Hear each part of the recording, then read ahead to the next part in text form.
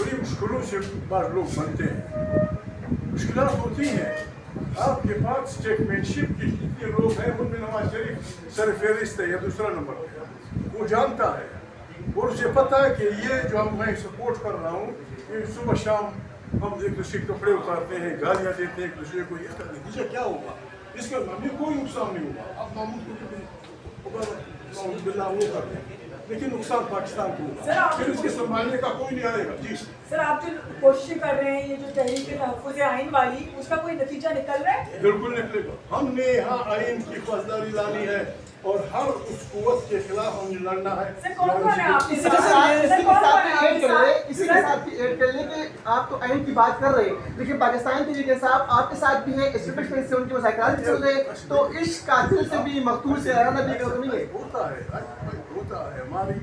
हमारे इदारों को, हमारे लोगों को लत पड़ गई है पार्टियों के अंदर, पार्टियां बनाना, उसका हमने फायदा देकर फायदा क्या होगा? हमारे गलत पॉलिसी की वजह से हम बंगाल ईस्ट पाकिस्तान खो चुके हैं। हमारे गलत पॉलिसी, बलूचिस्तान ये बलूचिस्तान वो, बलूचिस्तान कैसे आपकी बात माने?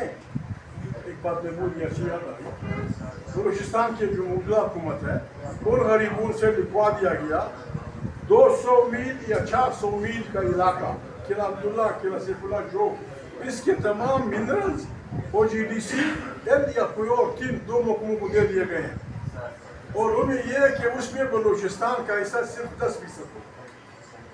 ये कौन मानेगा बाबा? ये कौन मानेगा? आइन कहता है, 18th अमेंडमेंट कहती है कि सूबों के वसाइल पे सूबों का इख्तियार होगा।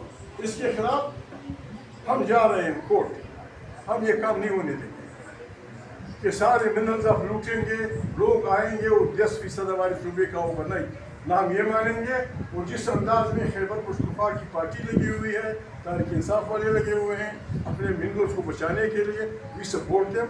आप न मजबूर करें लोगों को, फिर पॉइंट ऑफ नो रिटर्न जो आएगा नुकसान इस मुल्क का होगा। खुदा के लिए इस मुल्क पे रहें।